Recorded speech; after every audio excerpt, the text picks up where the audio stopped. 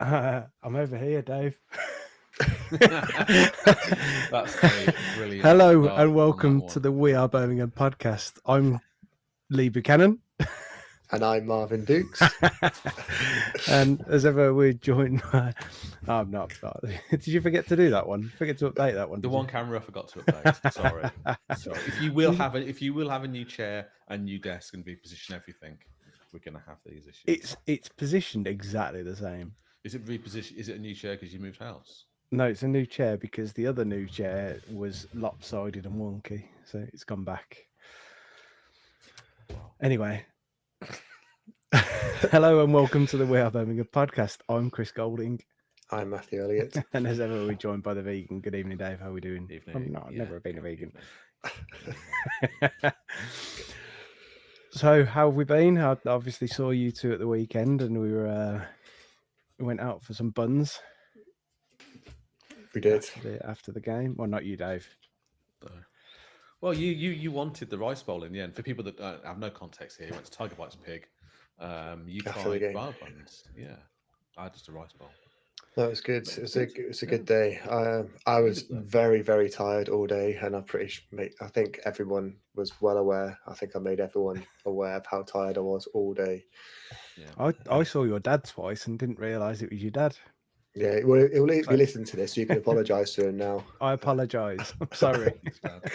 Do you know what it was? It's because we see that many people that come up to you and start chatting, and then I saw it was you, and I'm sure I thought I said to you, did I see your dad or something like that?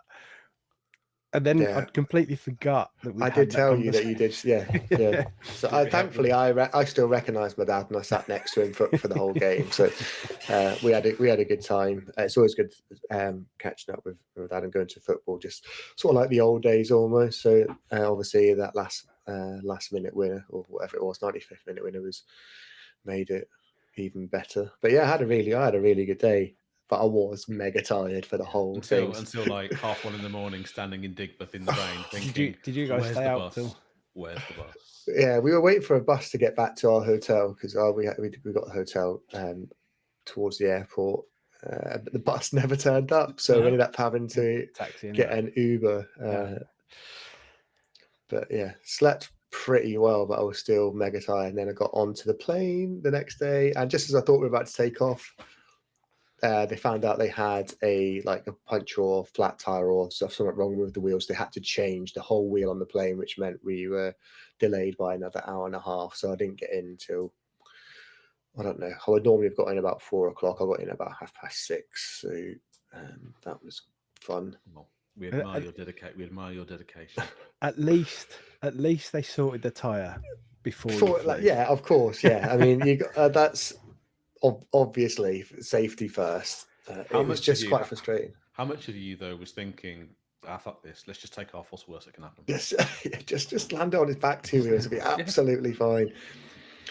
But talking of delays, I'm sorry. Go on. What were you going to say? No, I was just going to say it was. They gave you the option to get off the plane if you wanted to, but you couldn't really go anywhere if you got off it. So you basically just sat there on the plane, scrolling through social media and messaging you guys and downloading different bits of music and stuff like that. How long does it take to change an airplane? At least an hour and a half, and it was just a one-man job apparently. So you should have got. That was saying were you googling it at the time? No. They actually, the captain was really good and actually was telling us like how far he got along, and he said beforehand it would take roughly around this amount of time. It's quite good. They open up the cockpit for kids to go down there and have a look in the cockpit and sit in the front of the plane. Did you go down? I didn't know. I literally just stayed in the same seat. I didn't move, and I actually nodded off once or twice before we were taking off, which is no surprise. But talking of delays, we were going to record last night, but got delayed. So apologies to everyone that joined us last night. My fault. So. Not your fault at all, mate. Don't worry. Day late. Short.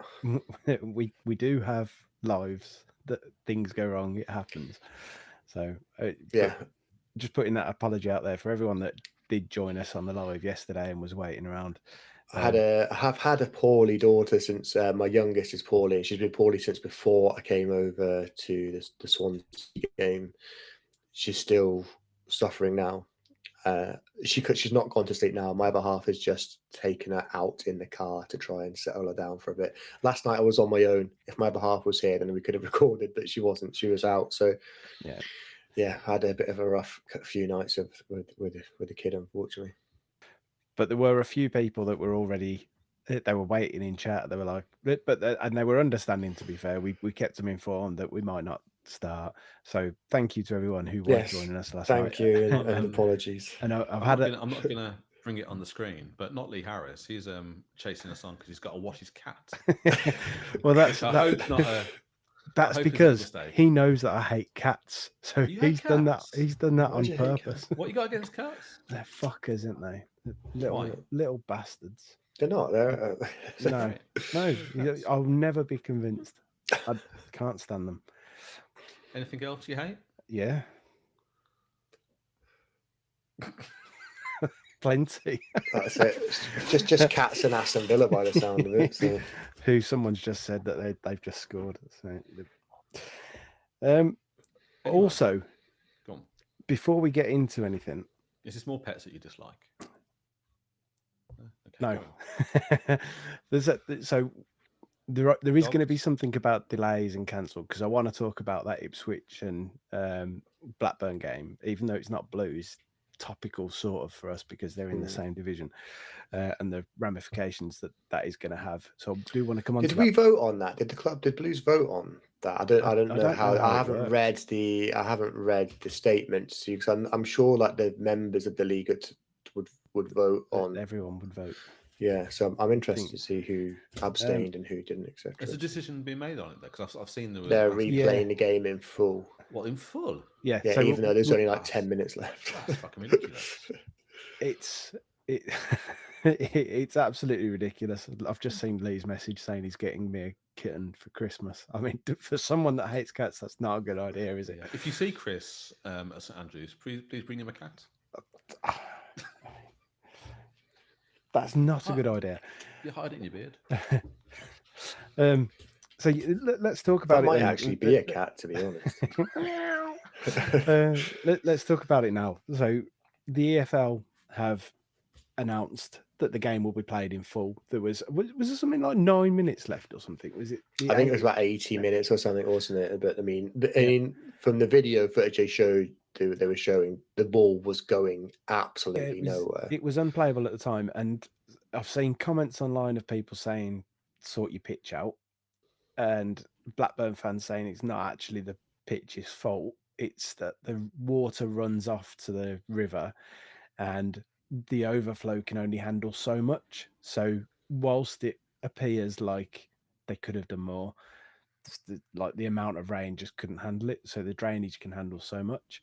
And it was clear from the clips that you said it couldn't be played because it was just ridiculous. But for me, it's like there's 10 minutes left. Surely, like, you don't. I mean, I know why Ipswich would want to replay the game. I know why Blackburn wouldn't want to. But for me, it's like you're up against 10 men with 10 minutes to go. Players waste more time than that in a game. Yeah, it's true. I mean, I don't really have minutes. I know a lot of people see it. I don't really care that much to be perfectly honest. I'm more interested in how clubs voted and if it was swayed by what clubs thought of Ipswich and Blackburn as challenges to their positions in the league and things like that. So I think it feels like some of the voting. I think that's just like, I don't know how it works exactly. I might be completely wrong, but I have a feeling like most of the members vote on it and etc. But so I'm not really that bothered. A lot of things can happen in those last 10 minutes as well. Like we've seen, like us at Blackburn. Yeah, we came back and won 2-1 when we were 1-0 down. Yeah. So you know. And obviously that's the case, but then I'm not saying don't play those 9 minutes and just hand the result over. But for me, my opinion is like go behind closed doors, play that last 9 minutes, the same 10 men versus 11 men that were on the pitch at that time. Just restart from where you've finished off. I think the thing now is that what happens if a game gets called off with 2 minutes to go? I know a ref would just see it out and blow the whistle in reality. Yeah. But what happened if it did? Then you've set that precedent for it that it's like you've got to finish the game or you've got to replay the game unless everyone votes on it again. But I think they've been really harshly done by. What was the pitch like, Fern? Do we know what the pitch was like at the start of the game? And like it was fine at the start of the game, so it wasn't. It's just the sheer amount of rain that they had in such a short space of time. As Chris said, you can only cope with so much. Even the best pitch is only going to be able to cope with so much. Yeah, I think it's their drainage system as well, the way that it runs off. Once the river was full, that it can't then put any more water into that system, so then it starts backing up. More geography lessons from Chris. Let me begin. I was going to I hope they replay it, and I hope it rains again and happens again. That'd be hilarious. And secondly, Matthew, we previously established you don't trust the weather, right? I do not trust the weather. So, are you also one of these people that believes in controlling the weather? Because then it begs the question: you're 1-0 down. All you got to do is start being able to control the weather. Close the roof. Send some arrows into the sky, make it rain, biblical amounts of rain. Put my tinfoil hat on here. We're going to get football clubs controlling the weather to get games called off. I mean, people do believe that. There's probably people that listen to this podcast that think that the government controls the weather or somebody controls the weather. Football clubs control the weather. 1-0 down, make it rain.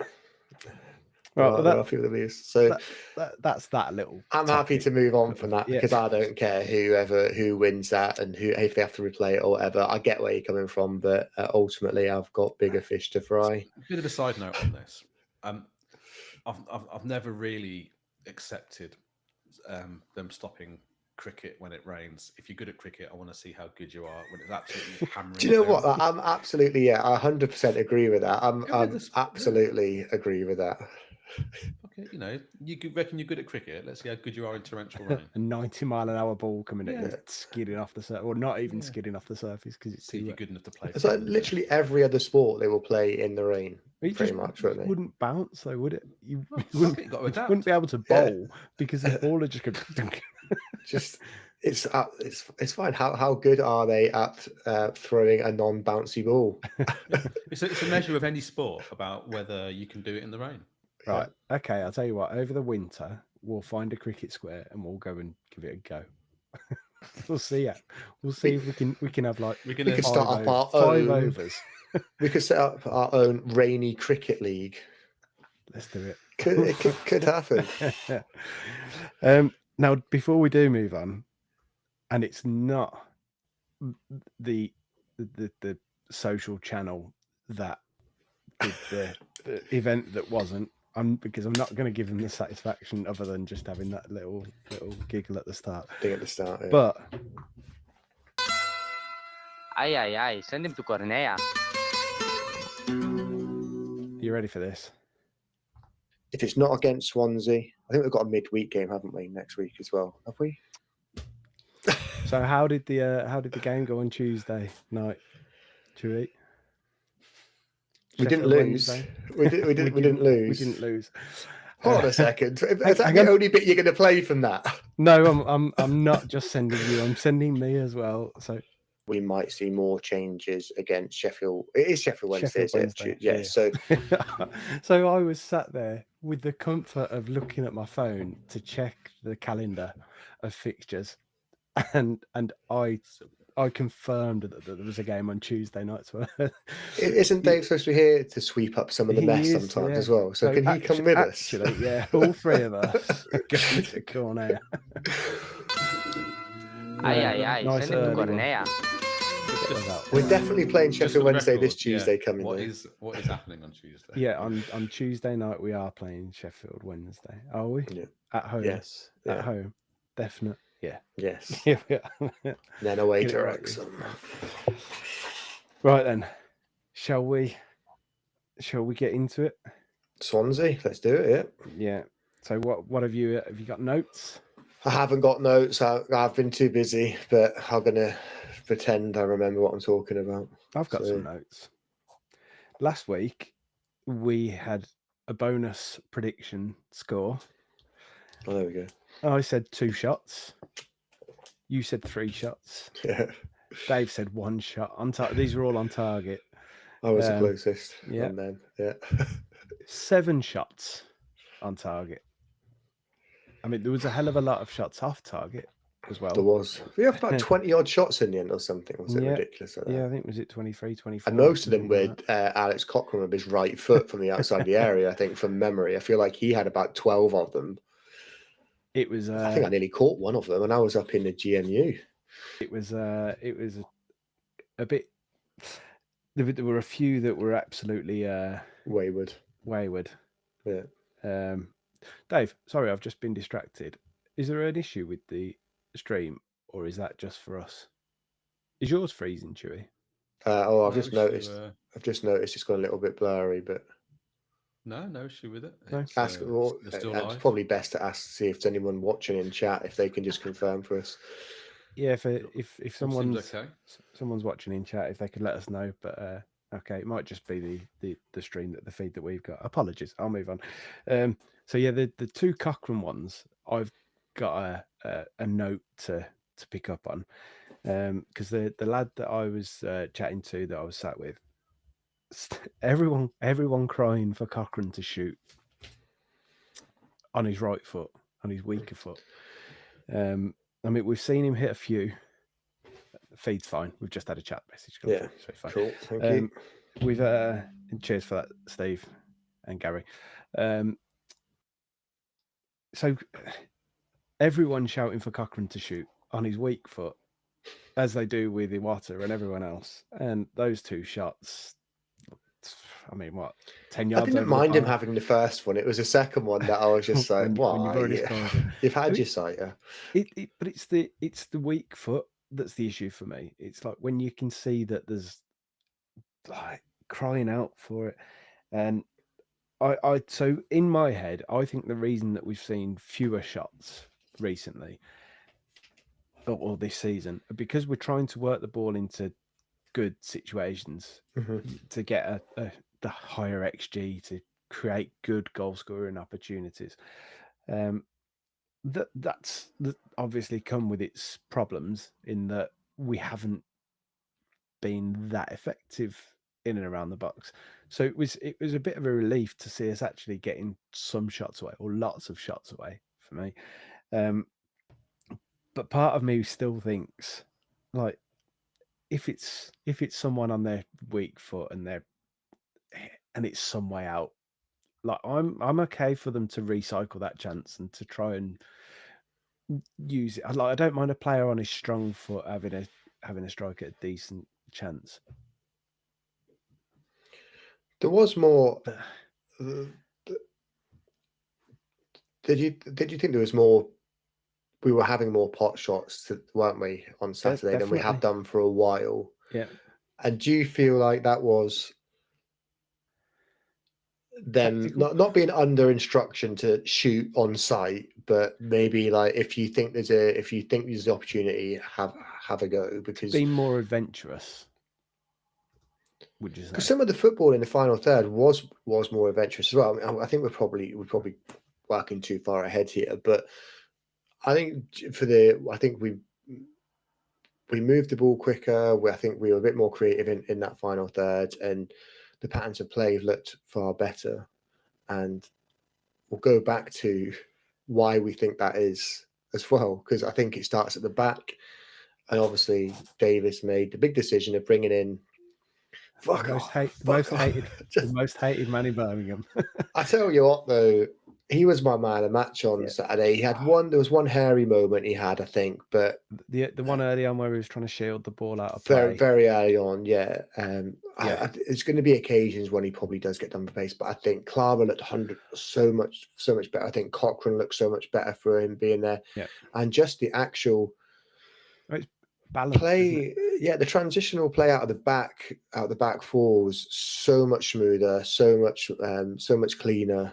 and we just looked better. The concern will be when we come up against a bit more pace, because between the two centre backs and Cochrane, there's not a lot of pace there at all. But which we did say last week as well. We are going to come up against more pace on Saturday, so we'll talk about that later on. I mean, Swansea aren't slow though, are they? They move the ball pretty quickly. I thought they were really... I was surprised with Robinson's pace. Robinson's pace. Yeah. Do you know what? He's not super slow, but he's not quick, is he? He's kind of mid pace. I'm guessing. Do you know what? I momentarily confused my Robinson and Roberts, and then started thinking Mark Roberts, and I was like, Mark Roberts, who was the quickest Blues player in the. They both have a long throw. They both have a long throw, don't they? Well, return of the long throw. But yeah, I mean, I was shocked by some of the turns of pace that he did show, because wasn't. I think his speed of thought was quite key as well, because he reads the game so well. He's actually a lot better than I remember him being. I know he played left centre back quite a lot in those Chris Wilder teams that used to move forward, used to sort of break and attack other teams at pace. So he's used to playing in a team that can play a little bit more high tempo. Obviously, he's a lot older now than he was then. But I was really surprised at how good he was, because I mean, I think I went on record of being not being particularly impressed with the signing, but understood why we might want to bring him in. I thought he might be more of a Grant Hanley type, and I'd be very, very surprised if he started a game. And I wasn't the only person that said that, and here we go. And now next game starts. Yeah, and there's a good chance, provided he doesn't do anything silly, or that we don't have any real bad scares at the back, then he could be there for quite a while now. Well, it's similar in terms of bringing someone in and them sort of making a claim for the position, as Davis last season, in that he came in, essentially took Bielik's place, and Bielik couldn't find a way into that team again. So it is going to ask that, but I am going to ask you the question later on when we're talking about Coventry, whether you think that the pace thing might come into the thinking of whether you're going to change defenders. But we'll come on to that, because there are other bits to talk about the game. Yep. The big one. No, we'll come back to that. So we start at the beginning. Let's start right at the start. So there was a lovely Keep Right On that was sang just as they were kicking off, and Swansea fans tried to interrupt it, but we drowned them out. Is that far enough at the start for you? No. I have no notes. The opening 20 minutes offside goal. Well, yeah, I mean, it wasn't offside. They looked really good, and actually they were pretty decent for the majority of that first half. We grew into it. I was quite worried actually, because when they scored that goal and it got ruled out, I just thought they're gonna, because we played with quite a high line. They got in behind a few times. Their wingers were doing all sorts to the fullbacks. There was something that happened. I'll tell you what it was. I'd imagine so. There was something that happened. That's sad. And I'll tell you what it was. There was a booking just before it, and Steve, who I was stood with, turned around and said, "Well, that's got the crowd going now, so that will lift the tempo and lift the players." They went and then had that chance near enough, like a minute later or something. They actually upped their game from it. But I think that offside goal that wasn't, I think that then switched us on essentially, and kick started our game. I think it was a bit of a kick up the arse for us, and that got us playing. And we weren't amazing in that first half, but we started doing a bit more. We grew into it, didn't we? That booking, was that Clara, like about the 18th minute or something like that. I think so. Because when he got booked that early, I was like, he's fucked. He is not going to last this game.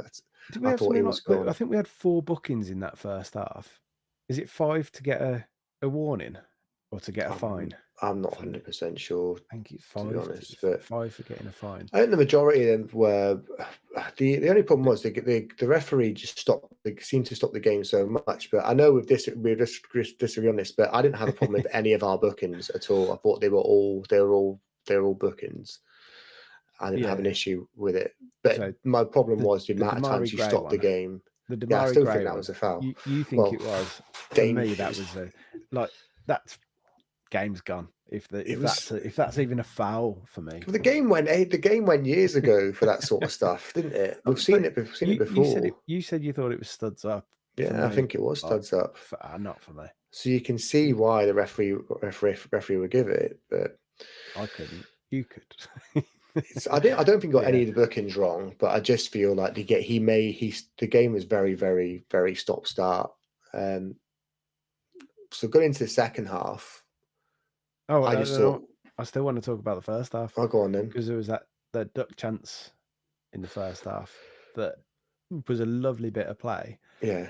And it was just that finish. Well, to be fair, the finish was even decent because I think it's good defending, wasn't it? The keeper's legs and the keeper's flicked it wide. Oh, was it a keeper? Because I thought it was a defender. They got a toe on that, but maybe I'm wrong. The keeper who he's back right in front of me as well. I could be wrong. Let us know who's wrong in the comments. Yeah, I thought you know what? I've not actually. I normally sit and watch the highlights again the day after, and I didn't even get around to doing that. But yeah, on Dukes, I thought he was really, really, really good from a link up point of view. Very, very clever. Always looking to play a smart pass. Clearly, most of the other players are not on his wavelength. He's a little bit of a step ahead, so there's going to have to be a bit of acclimatizing to the way he plays. But he's really, really intelligent. Starting to look a bit fitter as well. Yes, and I think that's obviously vitally important. I think, what did he get in there? Good 60-odd minutes, at least 65 minutes Saturday. Yep.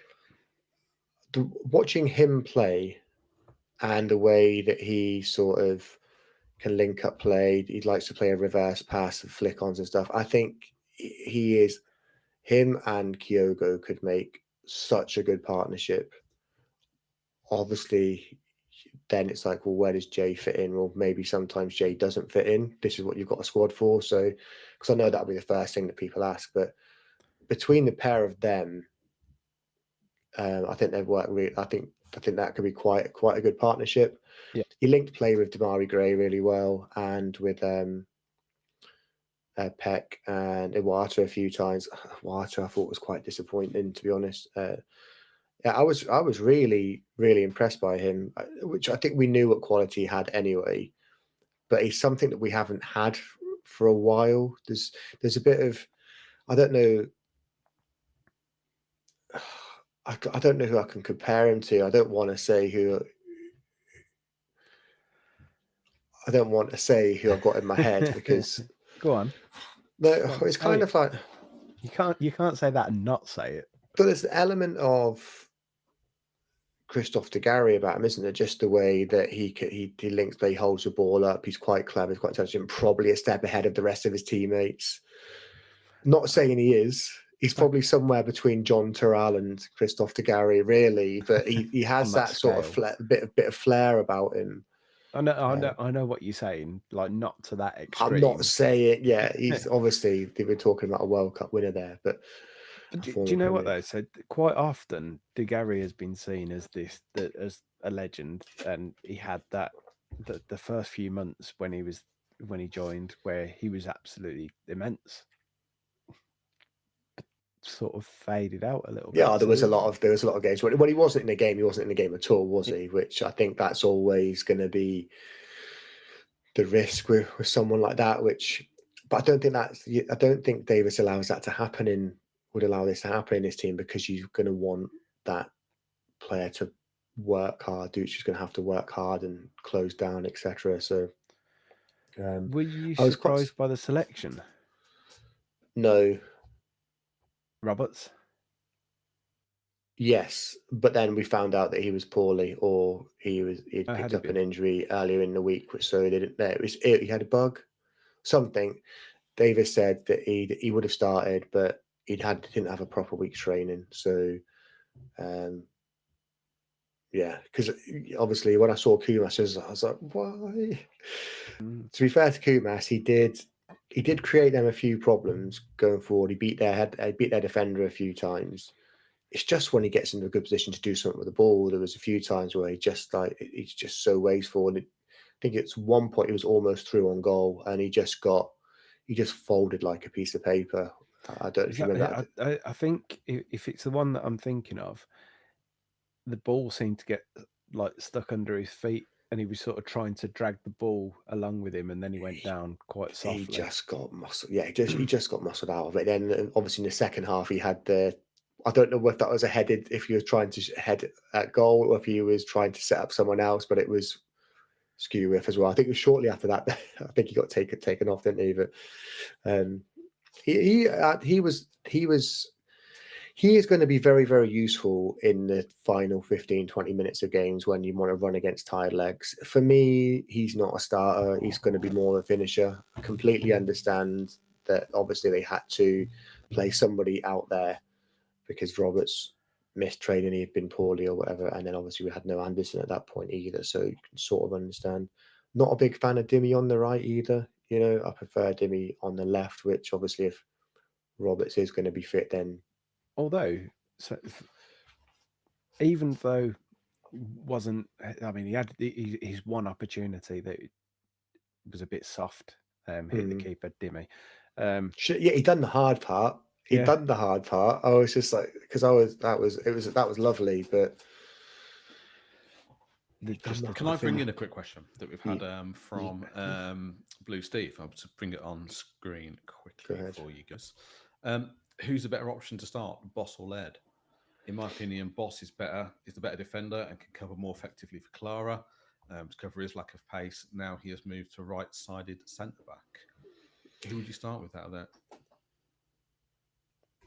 Oh. See, I think it's horses for courses, but you've got to remember that at some point we're going to lose Boss for 2 months as well. So when we get to the African nations, so it's going to be Laird's going to be playing a lot of football at that point anyway. I actually think that Laird is just as good at covering for Clara. I think for me, Laird is still far more effective going forward in the final third. He seems more willing to take on players and create something. You've got a bit more physicality. The criticism that a few people give there is that his final ball isn't there, and it's like, but do you know what? He gets himself into good positions, and he does.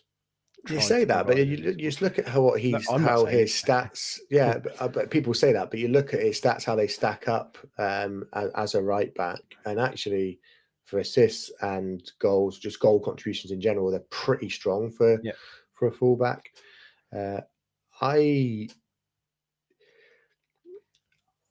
I just think I think it depends who you're playing. I think it will come down to, and I think there's going to be games. Like Laird will probably start Tuesday, or he might start against Wrexham.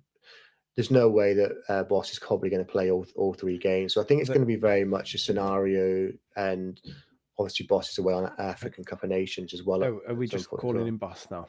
Right, as well. It's just easier. Yeah. Okay. Boss man. So, for me, the one big thing that stood out about Boss so far, and I don't know if it's just he's also going to get suspended very, very soon because he's on 4 yellows already, isn't he? Yeah. The one thing that stands out for me is what you've just mentioned, and that's his energy levels in the second half seem to drop off. And I think that over the course of, like, when you've got 3 games in a week, I don't think he'd be able to do that. I don't think he'd be able to perform and that could just be that he joined late on and he's catching up still a little bit. To be honest, we've been spoiled with Laird with quite how high his energy levels are, where he can, like, 80th minute and he's still. Yeah, I think, but even then, you do find that Laird does run out of gas at some point. They cover down that right wing. They cover a lot. They cover a lot of yards, I think. So, excuse me. I imagine that Boss isn't used to covering that amount of ground either, so it's probably going to take a little while to get up to that sort of speed and intensity. I'd just like to see a bit more from him in the final third, because he never seems to want to. There's been once or twice he's tried to take players on in that final third and put a ball in, but he's like hit his man. Very often comes back inside and gives it to the inside right winger. What he's done a few times is he's sort of tried to give him the dummy.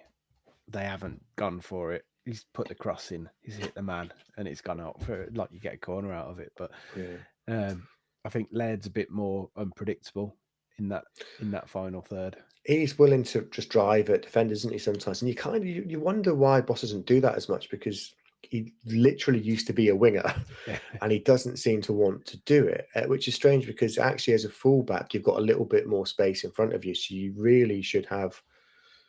We should be seeing that more. I mean, Laird's willing to take players on the halfway line, isn't he? We don't tend to see us do that a lot, but they've both got strengths, and it's a really, really good problem to have, because they're both very, very good players. I think that it might not be that, there's any one guaranteed starter. It is probably going to be a case of scenario dependent or position dependent. I'd be more inclined to play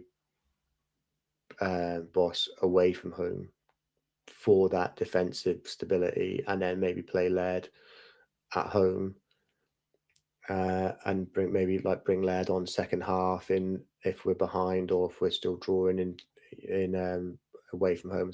Don't want to overcomplicate things. I'm sure it might come just down to strength of opposition sometimes, but we want to be on the front foot at home. I'd rather see Laird, because let's be honest, the substitutes in that game, whilst we had a lot more control and we were playing with more intent in that second half, the substitutes are the ones that really changed that game. Yeah, all of them. Let me ask you a question then, because this is something that some people, I've commented on a thread on Small Leaf Alliance, and there was a bit of back and forth. So Chris Davis said we absolutely deserved the win. Mm-hmm. Do you agree? Based on not based on the goal, not like we scored, so we obviously deserve the goal. Based on chances and intent in the second half, there was only one team that really looked like they wanted it in the second half.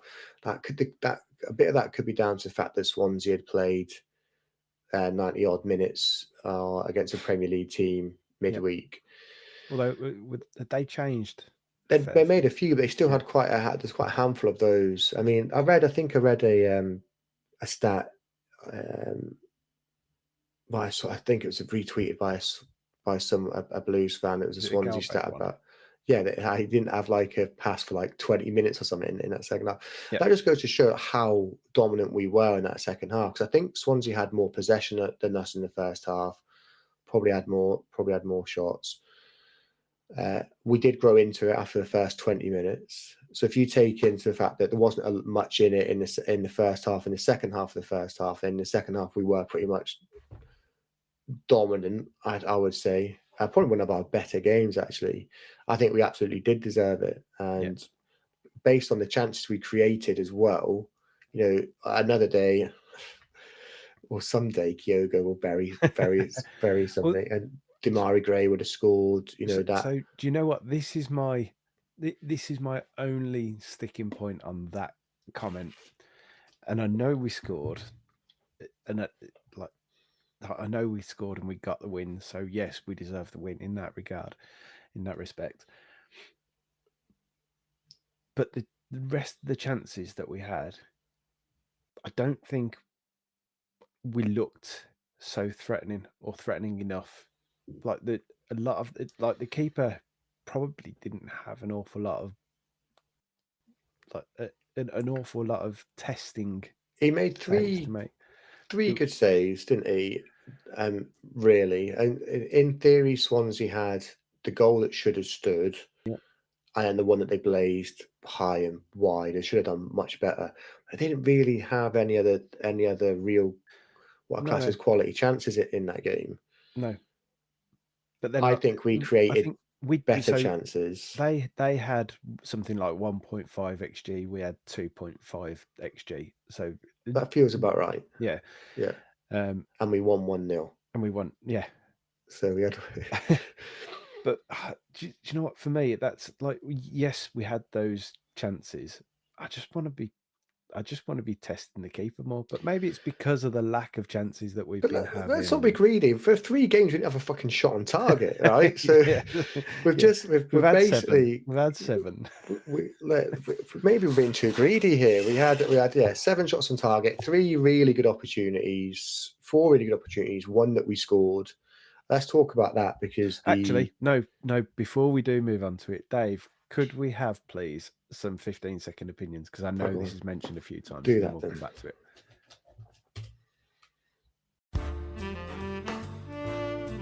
15-second opinion. Well, what can I say? I just love days like that. We didn't get the rub of the green with the offside goal, but about time we did. And what about a cross and a header? Can't beat a bit of British football. Get in there, Dykes. They love you. Up the Blues. At last, some get it in the mixer action. Finally, Chris Davis has a plan B. Superb. Good to see us being fun again. Up the Blues. Hi lads, it's often said that we don't have a plan B, but I think we've shown against Blackburn and Swansea that we do, and we can play a little more directly when we need to. I'd like to see us mix it up a little bit more often, and fair play to Lyndon Dykes, he's probably our only striker that can get on the end of that cross. Keep right on. Alright lads, Travis here, and I've got an opinion about Lyndon Dykes. Keep the cornrows, keep the blonde highlights, keep his dreads. The best Lyndon Dykes is baldy Lyndon Dykes. Man's got powers, stay bold. Lyndon Dykes is a finisher and not a starter. I think he's our very own Ole Gunnar Solskjaer. He doesn't have quite the tools to start a game and influence from the beginning, but he's perfect to finish it. So I think he's a finisher and not a starter. Hi lads, thought it was a much better performance on Saturday. Hopefully it's calmed a few people down after a bit of an exaggeration of panic recently. I thought Davis's subs were really good, particularly Kyogo and Roberts changed the game for us. And hopefully we can go on a run and start scoring some goals now. Thank you as ever for sending those in. Always love to hear them. Stay bold. Stay bold. You want to get that on a t-shirt, Chris? I might well do. I mean, love that. Love that, to be fair. Plan B was mentioned an awful lot in there. We have a plan B. His name is Lyndon Dykes. We should sing it. We should create a song about that, actually. I'm sure. I'm not sure how well he'd take it, to be fair. I think he'd take it with aplomb, wouldn't he? Our Solskjaer? Yeah, sort of. I guess, yeah. Well, essentially Solskjaer was a plan B for Man United back in the day. He was a bit of a super sub, but I mean, he came on as basically a young child. We've got 31-year-old or however old he is, Lyndon. Is he that old? No, maybe he's 29. I don't know. I don't know. Solskjaer was older than that, wasn't he? Eventually he was, yeah. Well, but he was. What? You mean he's not still? He still looks like a baby, to be fair. I'm sure he was like late 20s when he was playing at Man United, wasn't he? He just like looked. No, they signed him when he was fairly young. He was like early 20s, or maybe a teenager when he first came in from Older, I think. But this is not a Man United podcast anyway. So Lyndon Dykes is 29. Lyndon Dykes is 29. What about Solskjaer? This is not a Man United podcast. I'll come back to you on that one. I'm really happy for Lyndon, and also, he's probably our most prolific striker with a goal every 13 minutes. Top scorer? No, because Jay's got 3, hasn't he? I think. So Dykes has got 2, Jay's got 3. I heard someone say he was our top scorer the other day. Joint top scorer in the league, because Jay's got 2 in the league, hasn't he? So what it is, then. Yeah, there you go. I'm really happy for him because I think he gets a rough end of a stick from lots of our fans. I'm not a fan, and or wasn't a fan. I may have been swayed slightly at the weekend. He should be swaying everybody's opinion. Really, he's come up with three really important goals. I know that. I know. I've just never thought that he was good enough to be playing for us, and that he's not. Wait.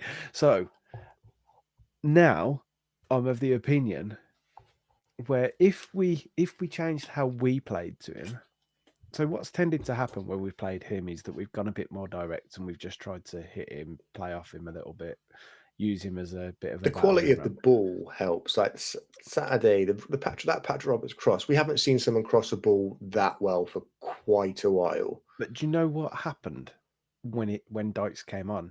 We didn't change the style of play and go, we're just going to go long to the big man. We still continued trying to be progressive in the way that we were playing. Yeah, we might have gone. We were a bit more direct in the whole game on Saturday than we had been. Because you've got to be able to mix it up sometimes. I think that's what we've been guilty of not doing enough at times. So that for me now makes me think, well, do we give him a start and we offer that outlet of getting wide, having a danger man in the box that we can put a cross into, give defenses a bit more to think about than just like we're going to try and work the ball into the box and create a chance at players' feet. There is an argument for him starting, and there will be. I don't see him starting that many games ever. So I think players ahead of him. The majority of the time, based on what we've seen of Duke so far, certainly on Saturday, is that he's going to be starting most games. For me, then at least I think that's going to be the case. You're not going to be seeing him and Dykes play alongside each other, although that might scare some people. I'm quite a hold on. My dog has decided he wanted to come in. What you go? Love dogs.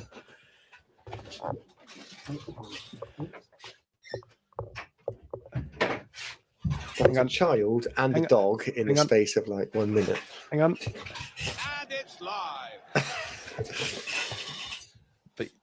And a really squeaky chair. But I think as I said last season, I think that Dykes has a lot of work that goes unnoticed as well. So people say, oh, he missed a chance against Shrewsbury, he missed a chance against Reading. But ultimately, sometimes I don't think he's in the... I mean, of course you want your strikers to score, but he creates a lot of space. His hold-up play is actually pretty good. I actually think he'll be pretty serviceable for us throughout the season. We'll say throughout the season, at least up until January, because we don't know whether, he might get moved on in January. But again, we'll be looking to bring somebody else in. But if he keeps doing what he's doing now and scoring these important goals, you're going to have to wonder, will they look to wait until next season to move him on? Because he's proven pretty important, really. He's saved us an extra he won us an extra 2 points.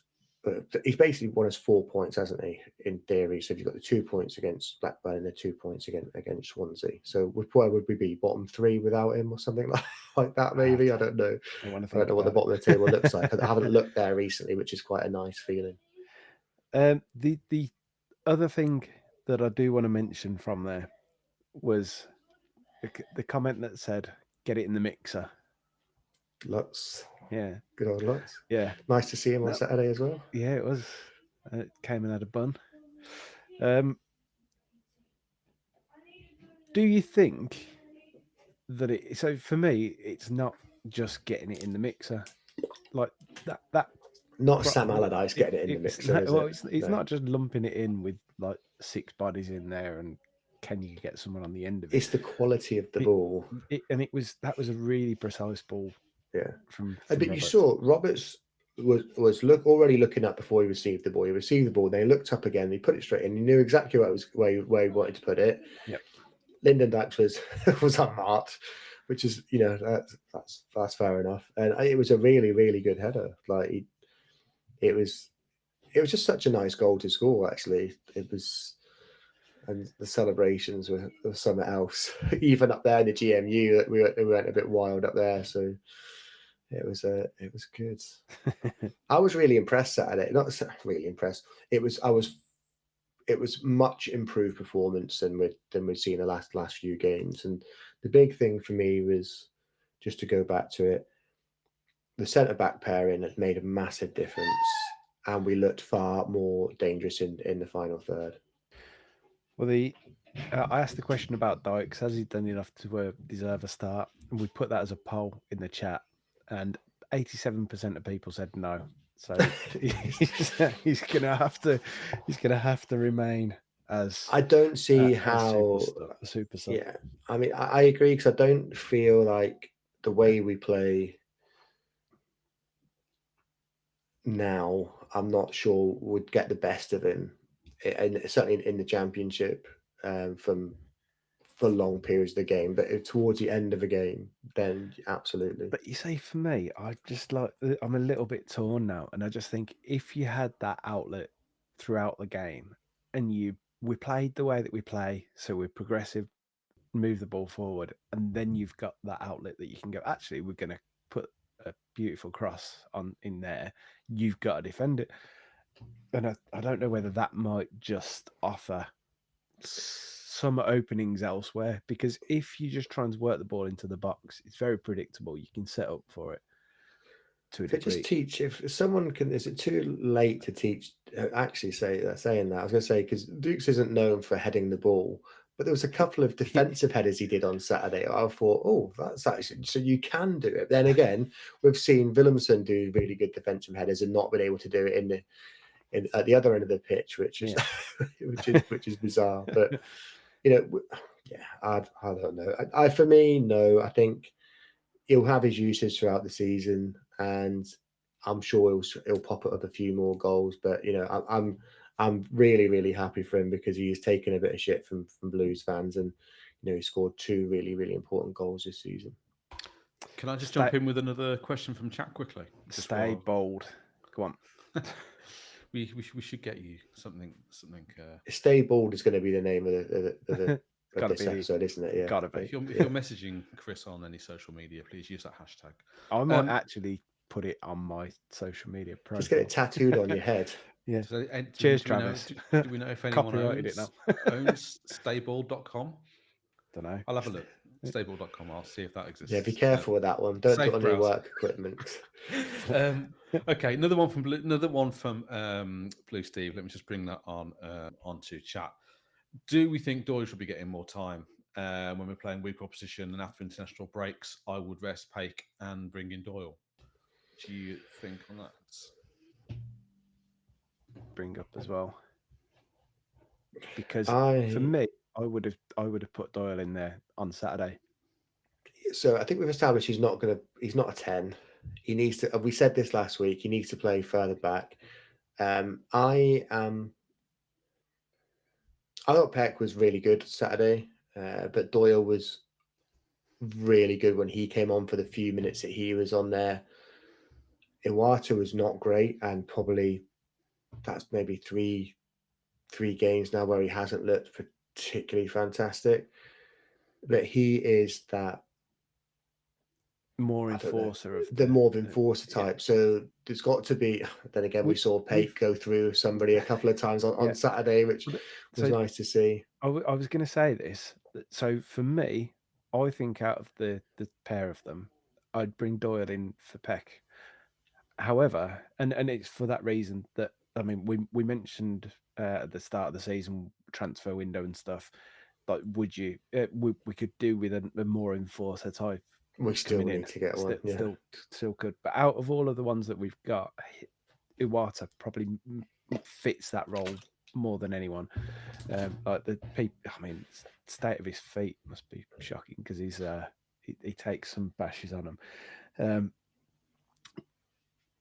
For me, he comes in, like, regardless of whether Peck is the better controller of the ball, the passer of the ball. He's probably not compared to Doyle. And no, I know. I mean, out of the two that are in there, okay, yeah, got you. Which he is better on the ball, but absolutely. that you lose that feistiness. And I know, as you've just said, it didn't look any less feisty on Saturday. But for me, I think Iwata is just. I mean, it's got to be a game where he tries all both combinations. Yeah. So there's got to be a game where he plays Iwata and Doyle. Absolutely agree with Steve. Maybe like off the back of an international or something like that. And then it's got to be a game where you perceive the opposition has maybe a weaker central midfield pair, and you play Peck and Doyle together. I mean, that's two very, very good footballers to have in the middle there. I'd be keen to see what that looked like.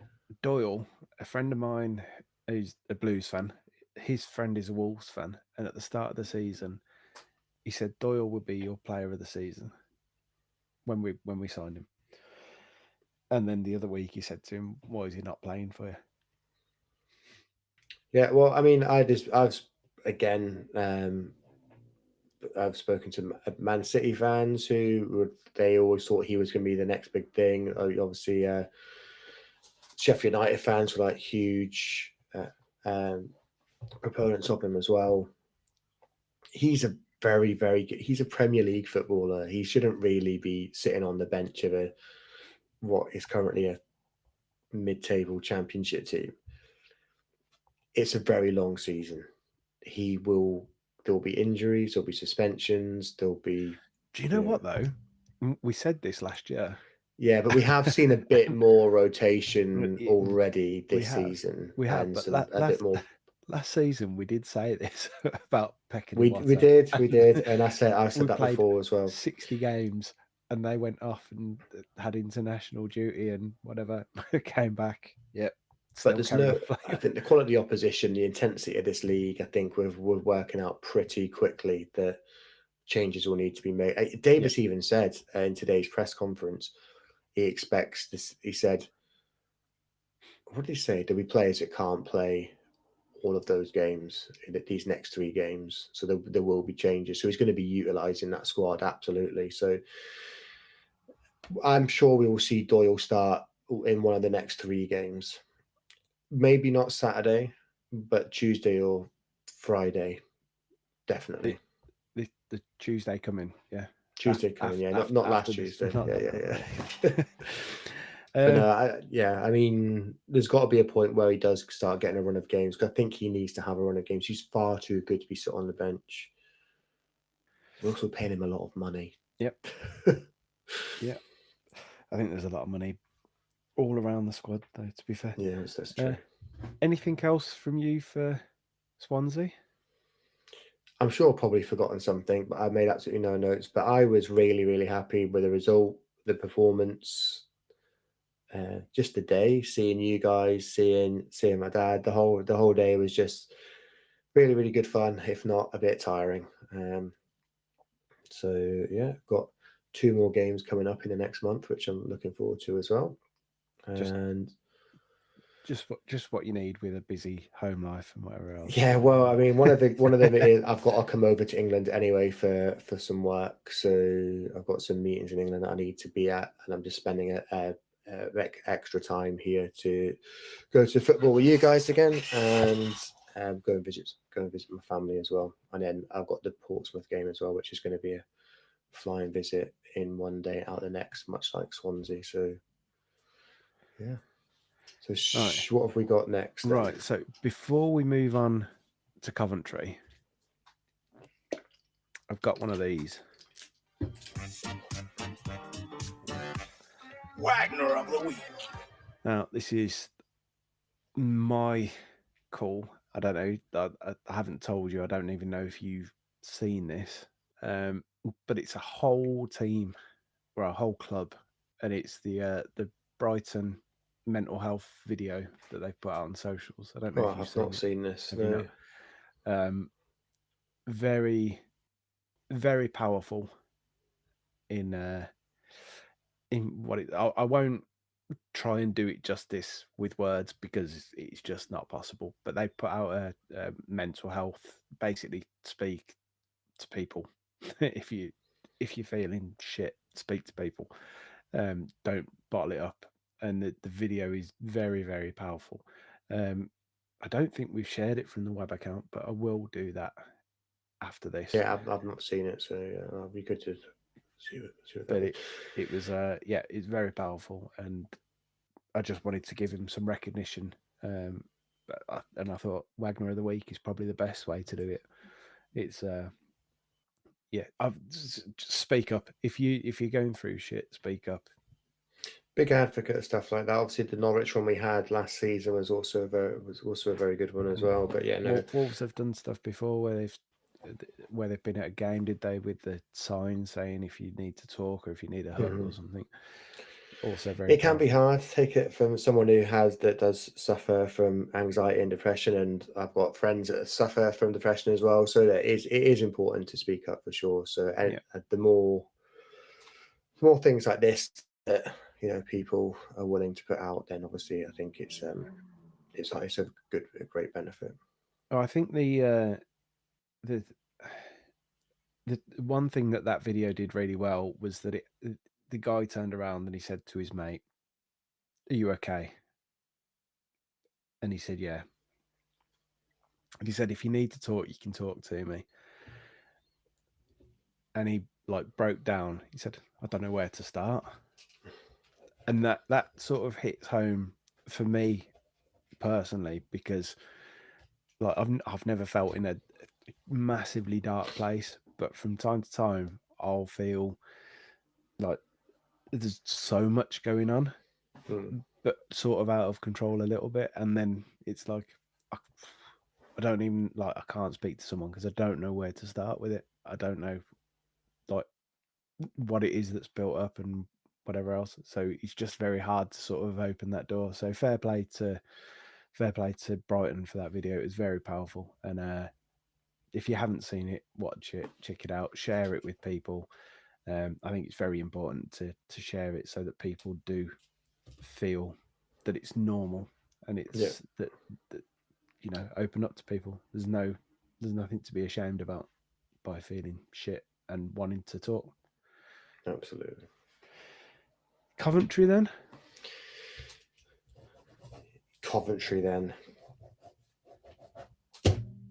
Ticket prices.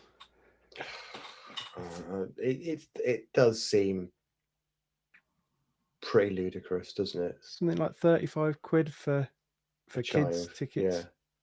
Yeah. I mean 45 quid an adult is bad enough, but if you whack a £10 child ticket on, you're probably less likely to complain about it. When you're paying it like 150 quid plus for a family. Correct me if I'm wrong. I probably am wrong. I probably should have done research on this beforehand. But isn't there an element of, do Coventry have to run those ticket prices past Blues beforehand, or is it like a category that they put that certain clubs fall into that the opposing clubs have to agree on, or is that just cup games? I don't know. I don't think that we have to agree to their pricing at all. I know that there are rules and sanctions and things that you have to give your fans the same ticket prices. Yes. But then I think that there are offers and stuff that you can put on. What I would, as for Blues, so I've made the point when tickets went on sale that what I would have loved, and it probably never happen, but for Blue, and it would have pissed people off as well, some people, I would have said, we're not having any tickets. We're going to open up Knighthead Park and the fan parks, and we're going to put it on the screens, and we'll make any concession money. We'll just do that, and we're not going to have any of the tickets that you've sent us. And basically just two fingers up to them, and there's no away fans. And you know what? There are people that would be really pissed off about it because they never miss a game. But for me, somewhere along the line, you've got to make a stand. And if a club make a stand, then it raises the profile of that, and it sort of brings that issue to the forefront. I don't know otherwise what you can do about it. So it is ridiculous. But the problem is people pay it. Yes, that is the problem. And fair play to them for those people that can afford to do that and are happy to do that, and they don't want to miss games. So that's the biggest thing. People these don't clubs want to miss take out. advantage of those people though, because they know that, certainly with us as well, they know we have a big away following. They know that we'll probably sell out every single game. We took 7,000 people to Blackburn. Blackburn don't even have a proper drainage system, so it's. We just, these clubs will take advantage. You'll see clubs do it all the time. There's going to be a handful of clubs that are probably a little bit fair. I think the Wrexham tickets were pretty reasonable, like £20 under £30, weren't they? Yeah.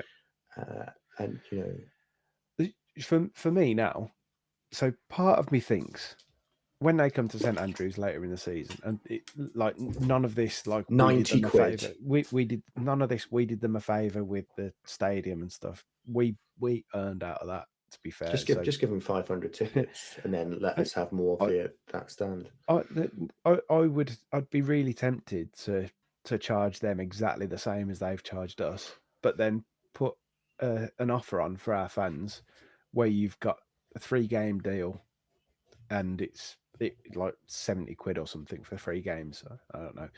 So you're not overpricing our fans. Some tickets will be on sale just for that game for the same price, but then the others are in a deal. But part of me doesn't want to price other football fans out of it. But then I've seen the attitude of some Coventry fans the last week or so on social media, and it's like, do you know what? Fuck them.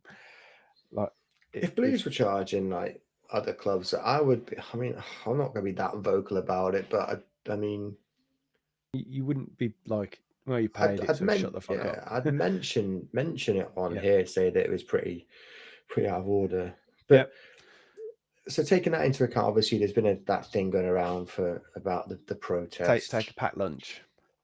Yeah, because they'll let you in with that, won't they? Let you in with a bottle. No. They might let you in with some sandwiches or some crisps or something. Hey, the Blues let me into football on Saturday with mushroom coffee in my bag. Didn't even just see this brown powder. They said, "Oh yeah, in you go." Nothing. People aren't going to adhere to that either. Like you can put something in place. So might be a few people that don't buy anything, but there's going to be a lot of people that have come down the train. They've been drinking. They want beers in the stadium. Exactly. They're not going to not go and buy anything, are they? So it's a nice idea, but and some people might, and hopefully that means that the people that are going to buy things aren't too big. But I can't see that being effective in that time. I'd love to see someone go in there and say that it's working nice and take a few photos of the kiosk during just before the game when there's no queues there. It's not gonna happen. Just go and rip the toilets out instead or something. Don't. I'm joking. I didn't mean that. Or did you? Please don't do that. It was a joke. You probably need to reinforce the thing that Blues have put out now about like be on your best behaviour. Yeah. What was that all about? Have I missed something? Probably part of that is about the Cov panicking that we're gonna go and do exactly that. To be fair, I think that's what it is. Yeah, possibly. I just wondered where it came from. I think it's some stuff which has happened before, isn't it? Well, it happens all the time, though. So it referred to the last few away games. I don't know what the last few away games entailed. What was it? Was there some incidents in the last few away games? Something probably happened at Stoke, didn't it? Something always happens at Stoke. So on to the game then. How are you feeling about it? Do you want to hear from our guest before we? Do you want to hear from? Go on then. Go on. Let's hear from a guest. Who have we got, Chris? Simon from That Cov Pod. Okay, let's see what Simon has to say. Hi guys, Simon from That Cov Pod here. Thanks for having me on. My thoughts on Coventry's start to the season so far. Very, very good. We've been really good. We're unbeaten, 4 draws and 2 wins so far. We probably should have more points on the board. We probably have dropped points in those games against kind of Hull Oxford and Norwich, but a 0-0 draw at Leicester last time out. Good result, can't argue with that. And we've been really, really good. Our performances have been really, really strong. My expectations and hopes for the season, I'm hoping for promotion. It has to be this year. I think we're in a really good position this year to really go for it. Squad depth's a little weak, if we're being honest, if we pick up a few injuries, but I'm hoping that can be addressed in January and we can still be in the running when January comes around. I'm really excited about this campaign. Our home form is very strong as well, so hopefully that can carry us an awful long way. My thoughts on where Birmingham need to watch out for, players to watch out for. Jack Rodoni's probably the best of the lot, pick of the bunch. His footwork, his work in the number 10 role, he's an aerial threat, his touch is magnificent. He's really stood out as one of our best players over the last kind of 18 months. Sakamoto, you probably know all about as well, tricky right winger. He can turn your fullback inside out on his day. And Hadji Wright is scoring a lot of goals this season, playing as the number 9. Excellent finisher, good, strong, pacey. He's stepped out a level so far this season with 5 goals so far. So I'll pick up those 3 for now. And Matt Grimes as well tends to control the tempo in midfield. If you leave him too much space on the ball, he can kill you as well. My thoughts on where Birmingham are dangerous, I think it has to be going forward really. Kyogo, what a fantastic signing. I know he's not hit the ground running in terms of too many goals this season, but he's a really, really strong player. Jay Stansfield as well, I think, is dangerous. Damari Gray, he's fantastic. I like Asai Samuel as well at right back. He's a powerful runner. I can't remember the name of your centre back off the top of my head, but your centre backs both look very impressive as well. I think there's a lot of dangers Birmingham have.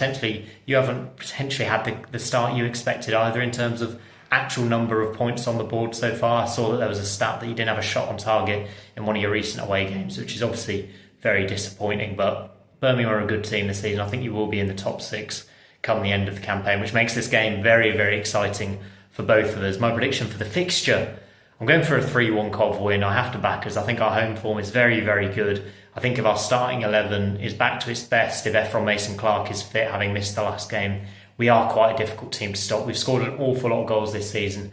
Defensively, we looked a lot better against Leicester than we have done the rest of the season, so I'm hoping we can kind of carry that forward. But yeah, I'm going for a 3-1 Cov win, which will make me very, very happy indeed. Okay. Firstly, can I just note, Simon, there's something white on your wall. For those that aren't watching, beautiful background, dark brown background, and there's a bit he's mispainting. So is it just one little dot? I thought it was a claret background actually. Clarity background, still got a bit that he's mispainting it. So I did 3-1. 3-1. It's interesting. So I was speaking to Stuart, Coventry fan that I know.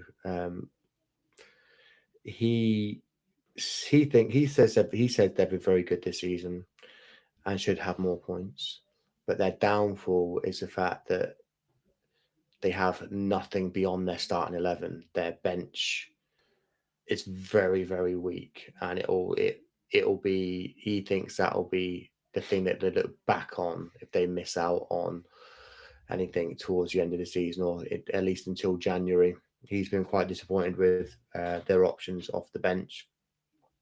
I'll be honest, I don't fancy this game at all. That 3-1 prediction is that I don't know. I don't think we'll concede 3 goals, but I can't see us winning. I'd love a draw. I'd happily take a draw now, but I just don't see us winning at all.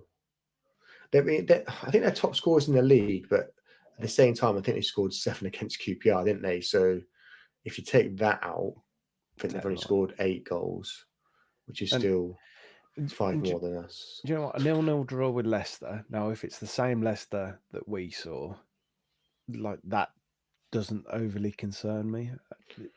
Because Leicester didn't create an awful lot going forwards, did they? No. But then so we came away from that Leicester game thinking they were there for the taking a little bit. Now, if this free scoring, if you like, Coventry City side haven't scored against them, and they were a similar team, like there's going to be chances there. I think it depends on which Blues we see turn up as well, because are we gonna bring in Doyle into that midfield? Do you think that we're going to change that up? I don't think there'll be. I think there'll be one change from Saturday. Go on. I think it'll be Roberts for Kumas. I think that'll be the only change we see. Straight up. The other one. So I mentioned it earlier. I was going to ask you, Neumann. I think you've just answered it before me asking the question. There, could you see him coming in for the pace? I could understand if he was brought in, but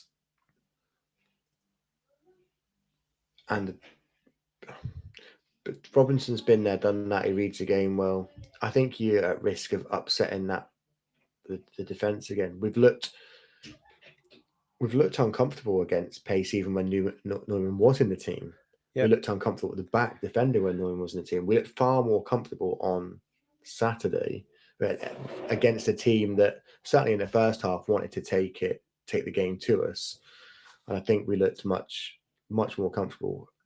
And let's not forget that change in the back has also impacted the way we play out and go forward with the ball as well. It's not just about defending. So for me, I'm keeping everything the same, apart from Roberts for Kumas, and then switching the wingers around. Was Cochrane mentioned at all in the?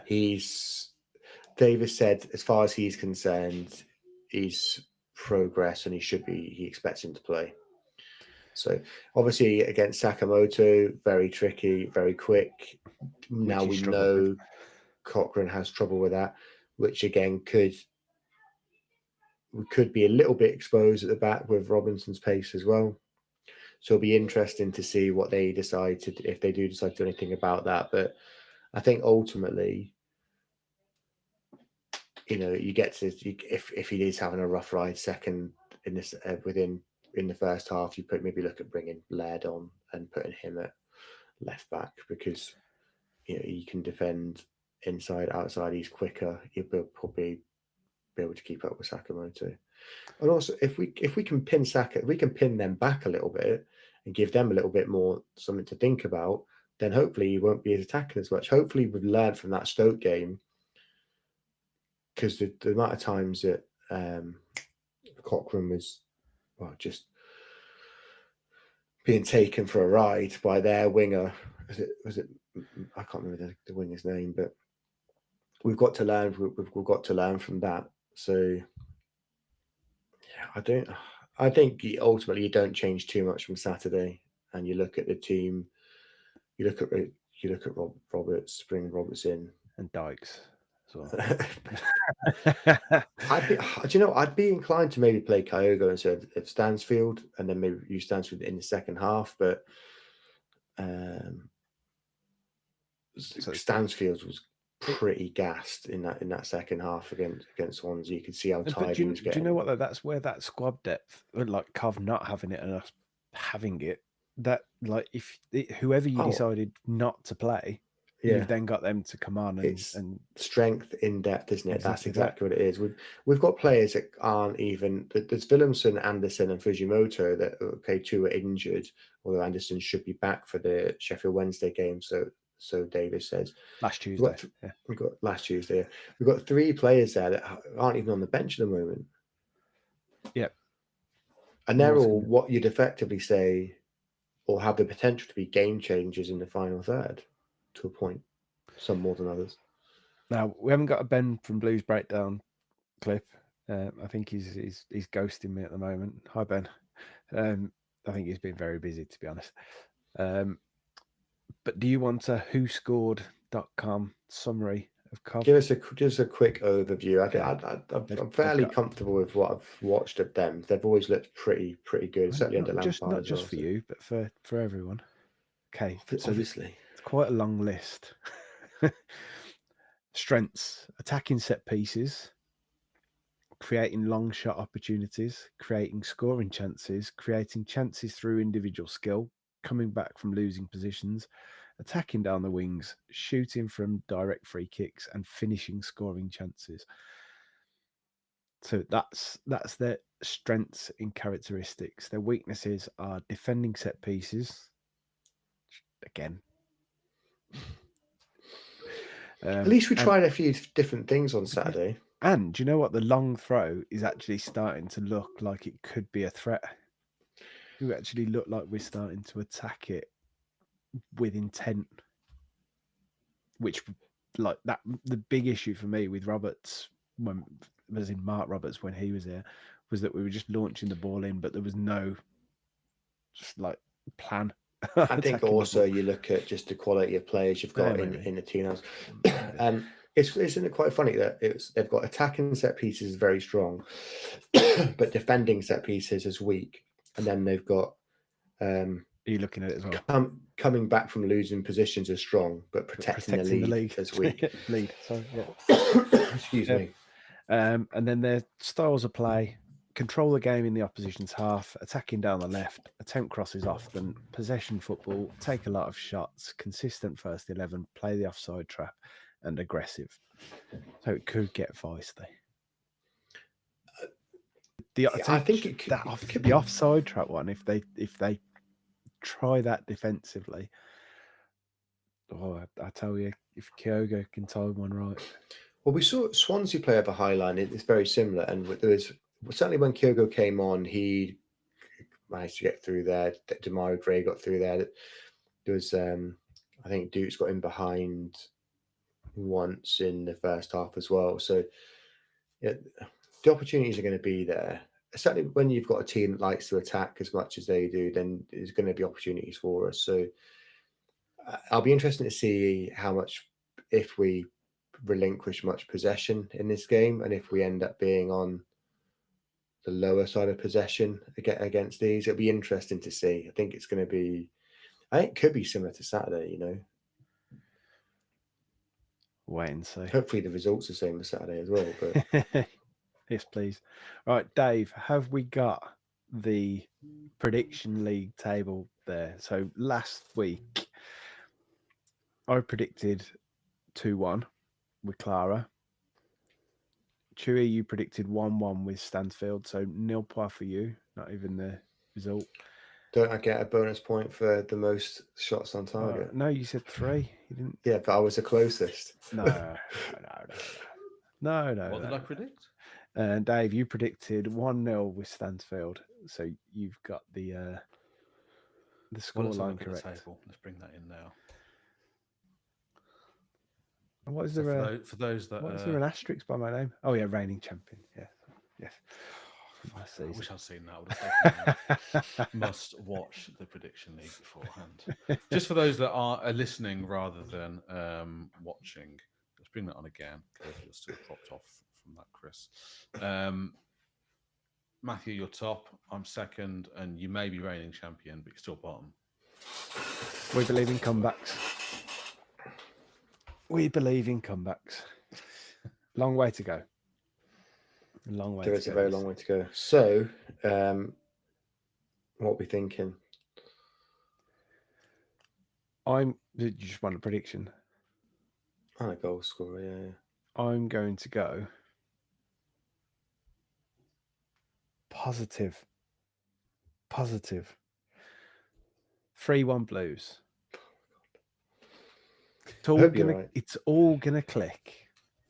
Those chances turn into goals. And I'm going to go. Last time we won at Coventry.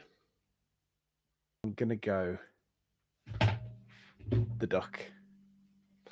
That's who I was going, actually. But I was going 1-1 again. 1-1 again. Scorer? The Duck. Dukes, yeah. Okay. I'm also going 1-1, but I'm going Kyogo. No pressure, mate. And no bonus points for anything. Not today. No. Are we done? I think so. Any housekeeping? No, I've got housekeeping to do after I get off of here. Right. When will we be back? Because we've got a run of games coming up, haven't we? Wednesday. Maybe Wednesday next week. Yeah. After the definite Tuesday game, yeah? After the definite Tuesday game, yeah. Can't do it Tuesday. I can't do it Thursday because I'm travelling over. What game's on Tuesday? Sheffield Wednesday. Next Wednesday. Next Tuesday. Sorry. Okay. Yeah, the one we've already played. Right then. We'll see you next week. We'll put a prediction in after this weekend as well for Tuesdays, but we obviously can't do that now. We'll watch the game first and then we'll put one out. But thank you to everyone who joined in on the chat. Thank you to everyone who's listened live. Thank you to everyone who listened I was going to say at home. Thank you to everyone who's listened since. And if you're listening now, thank you very much. Right. Until next time, next week, enjoy the weekend game. Enjoy Tuesday's game. That is definitely happening on Tuesday. And until next time, keep right on. Keep right on. Keep right on.